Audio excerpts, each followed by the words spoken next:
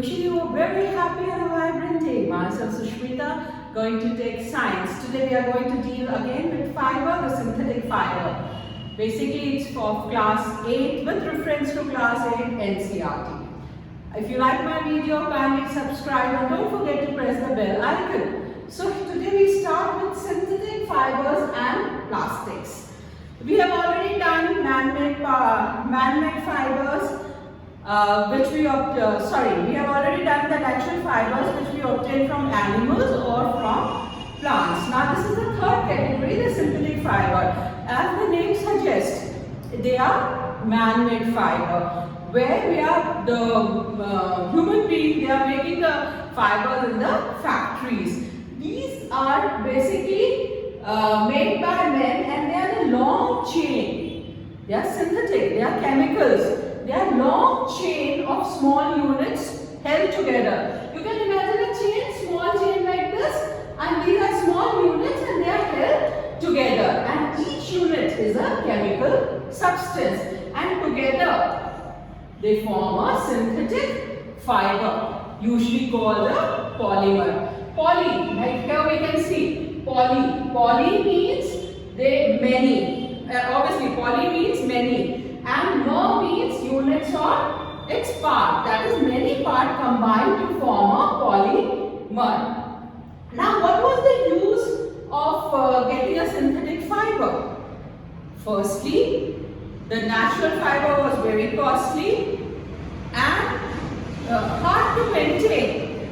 While as the synthetic fibers are very easy to maintain, they are strong also. Look around you and see how many synthetic things you have got nowadays, and why are we adapting them?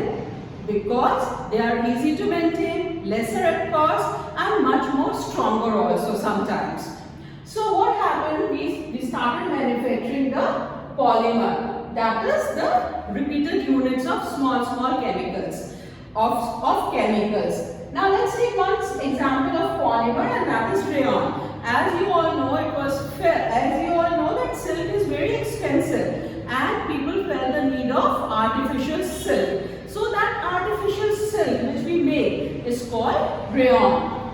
Rayon is obtained from wood pulp. Wood pulp is taken and it is treated chemically and we get rayon. Now here again we are seeing that we are depending on nature. We are depending on plants for getting the wood pulp. So again, the cost of it, when we make rayon, obviously we are cutting the trees to get the wood pulp. So after this, what happened? There was a thought that let's make something which is totally chemical. We can take the example of rayons for your better understanding.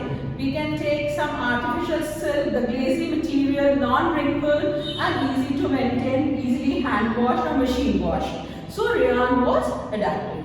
Now let's come to the next material. After even here we were dependent on wood. Now it was felt that let's make something totally chemical.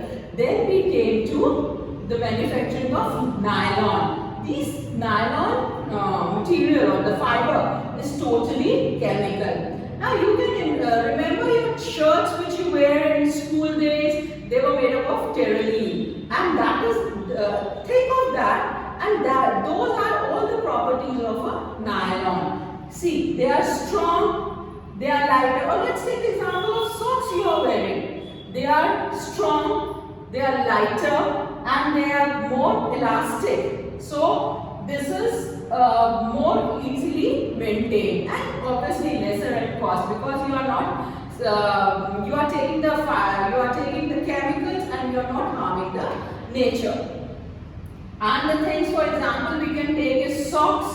Ropes also you might have seen made of nylons. They are more strong and easy to maintain. Toothbrush we use daily, and the parachute material. The umbrellas also sometimes are made up of this nylon material only. Why? Think of that. Why we use umbrella? So think of that these things are very it is in use because it's easy to maintain. Now let's come to the third variety, the polyester. Now as the name suggests, poly means many and ester means it's a chemical substance. So polyester, they are the chains of ester connected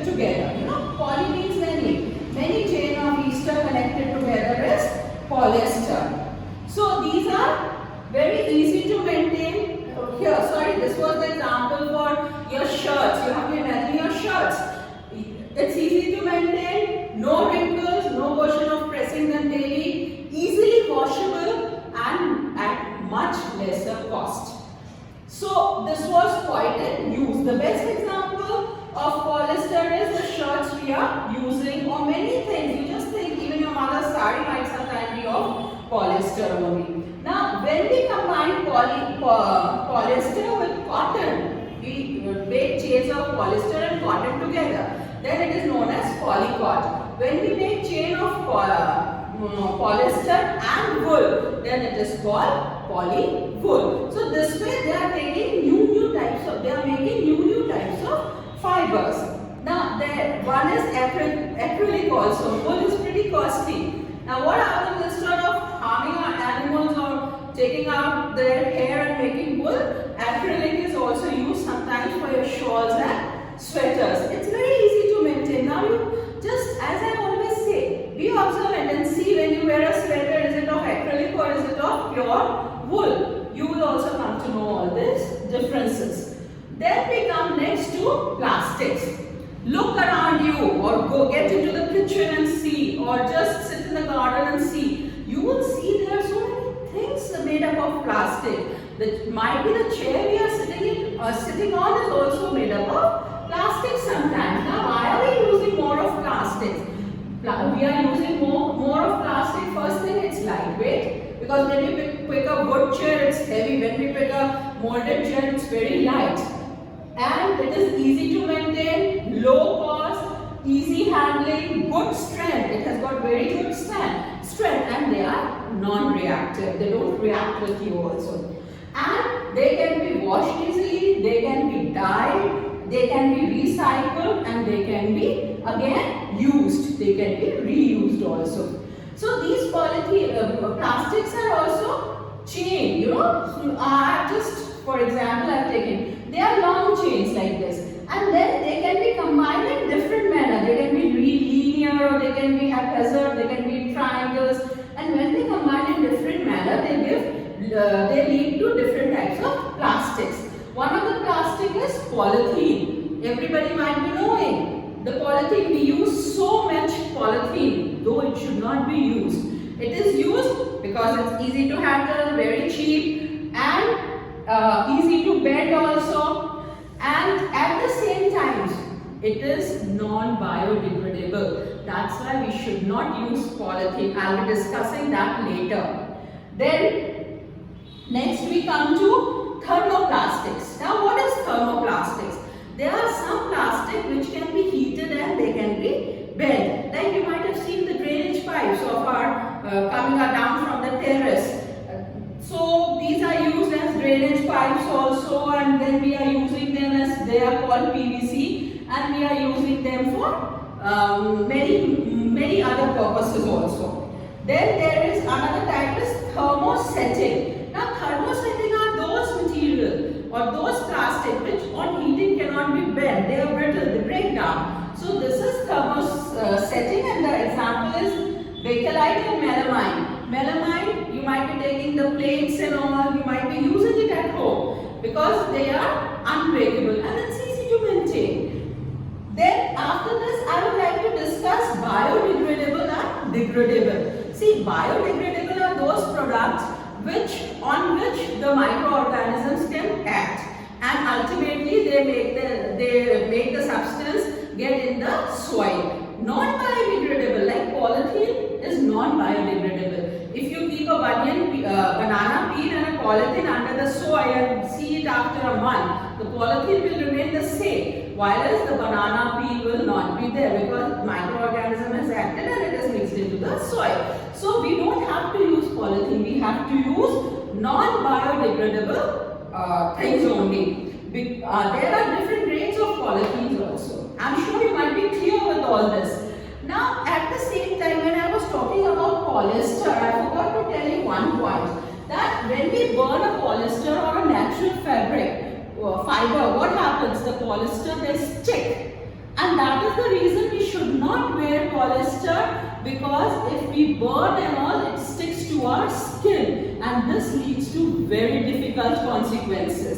And that is the reason people say that don't wear synthetic clothes and go to your kitchen, because natural fibers, they don't stick to your body, synthetic fiber, they stick to your body. So we should not wear polyester and go to our kitchen. Secondly, polyester does not let your body breathe. If you wear a polyester material shirt or a sari, you sweat and your skin cannot breathe. While when you wear cotton, the cotton permits that breathing process of your skin as well as your body. Now, there are 4 R's which we should always keep in mind whenever we use man-made things.